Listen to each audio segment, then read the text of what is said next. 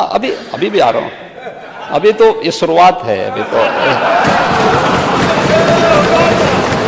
आप इतने बुजुर्ग हैं, इतने वरिष्ठ हैं, हम आपका बहुत सम्मान करते हैं। देखिए, आपका भी सम्मान करते हैं और शिवपाल जी का भी करते हैं। देखिए, उनको वहां सम्मान मिले ना मिले, हम तो करते ही हैं सम्मान। और इसलिए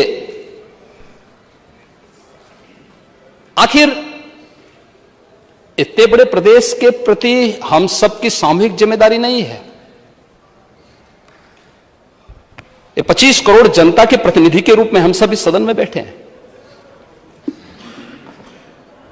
और ये जिम्मेदारी भी सामूहिक है। लेकिन क्या उस सामूहिक जिम्मेदारी के प्रति कभी हमने उस जवाबदेही को परिचय दिया? कल नेता प्रतिपक्ष कह ही रहे थे कि अगर आप दावोस गए होते तो हो सकता है 50 लाख करोड़ का प्रस्ताव आता। उनको विश्वास हो गया ना कि प्रस्ताव आ रहे हैं।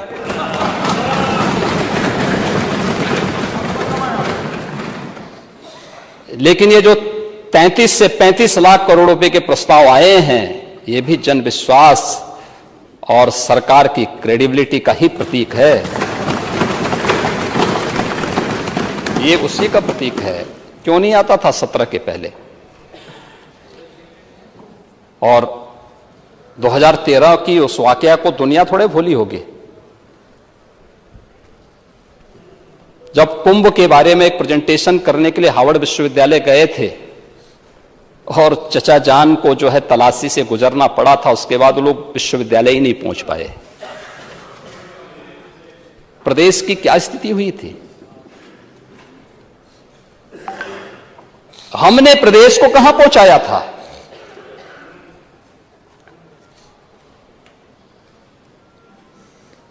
किसी एक फील्ड में उत्तर प्रदेश को आगे बढ़ाने का प्रयास किया होता। लेकिन महोदय,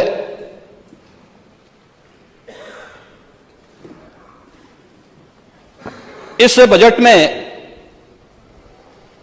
अगर आप देखेंगे तो हमने जनता से जो वायदे किए थे उन सबको भी उसमें समाहित किया है। 2022 के विधानसभा चुनाव के पहले लोक कल्याण संकल्प पत्र हमारी पार्टी ने जारी किया था और हमारी पार्टी ने जनता के सामने जो वायदे किए थे, कुल 130 संकल्प थे। अब आप लोग भी वैसे संकल्प जारी कर रहे हैं। पहले आप लोग अपना घोषणा पत्र घोषित करते थे, घोषणाएं बड़ी बड़ी होती थी, लेकिन वो कभी पूरी नहीं होती थी। एक घोषणा आप लोगों ने की थी 2016 में या अगस्त 16 में रियो डी जेनेरियो ब्राजील में आयोजित ओलंपिक गेम्स 2016 में पदक विजेता खिलाड़ियों को, देश के जो पदक विजेता खिलाड़ी थे उनके लिए घोषणा हुई थी कि उन्हें हम 1-1 करोड़ रुपए देंगे। अगस्त, सितंबर, अक्टूबर, नवंबर, दिसंबर, जनवरी, 6-7 महीने गुजर गए। खैर, मार्च में जनता ने इस लायक ही नहीं छोड़ा कि आप कुछ कर सकें। लेकिन इसमें बैडमिंटन में सुश्री पीवी सिंधु, कुश्ती में सुश्री साक्षी मलिक, जिम्नास्टिक में सुश्री दीपा कर्माकर, इन 3 खिलाड़ियों के लिए घोषणा हुई थी, लेकिन उनकी राशि नहीं मिल पाई।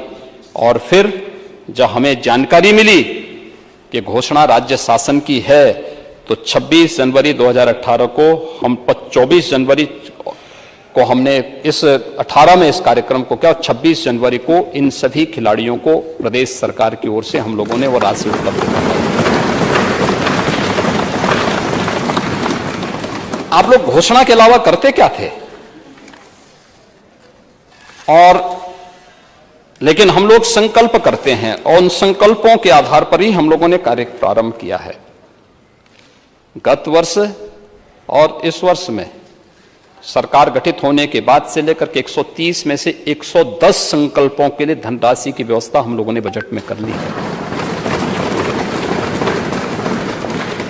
और इसके लिए 64,700 करोड़ रुपए से अधिक की राशि रखी गई है। 64,700 करोड़ रुपए से अधिक की राशि इसके लिए हम लोगों ने प्रस्तावित की है। इस राशि का उपयोग प्रदेश के अंदर उन सभी योजनाओं को जो प्रदेश के अंदर गांव के लिए, गरीब के लिए, किसान के लिए, नौजवान के लिए, महिलाओं के लिए, समाज के विभिन्न तबकों के लिए, उनके हितों के लिए लोक कल्याण पत्र के संकल्प पत्र की भावनाओं के अनुरूप होगा, उसके लिए इतनी धनराशि की व्यवस्था भी इस संकल्प में की गई है। और वह एक जो हमारे संकल्प पत्र को यहां पर कल मान्य नेता विरोधी दल प्रस्तुत कर रहे थे, पढ़ रहे थे, उसके बारे में भी उचित होगा कि हम आपको बता दें और आप उसको फिर याद कर सकेंगे तो अच्छा होगा। उसको याद होना भी चाहिए, पढ़ना भी चाहिए। महोदय, वित्तीय प्रबंधन कैसे होना चाहिए और किस रूप में पिछली सरकारों में व्यापक कर चोरी होती थी, कैसे उसमें लिप्त थे हर तबके के लोग, कैसे प्रदेश के विकास को बाधित करते थे, उसके बहुत सारे नमूने मिलेंगे आपको। केक की रिपोर्ट में मिलेंगे, विभिन्न प्रकार की जो जांचें चल रही हैं उसमें भी मिलेंगे। एक है मेरे पास ईडा का, यमुना एक्सप्रेसवे अथॉरिटी,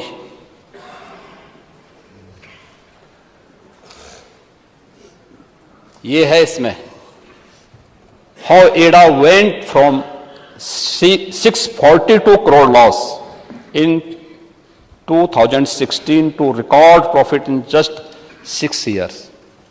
यानी 2016 तक कैसे यह 642 करोड़ रुपए के लॉस पे गया और पिछले 6 वर्ष के अंदर कैसे वह रिकॉर्ड प्रॉफिट की तरफ गया है। यह एक उदाहरण है आपके सामने।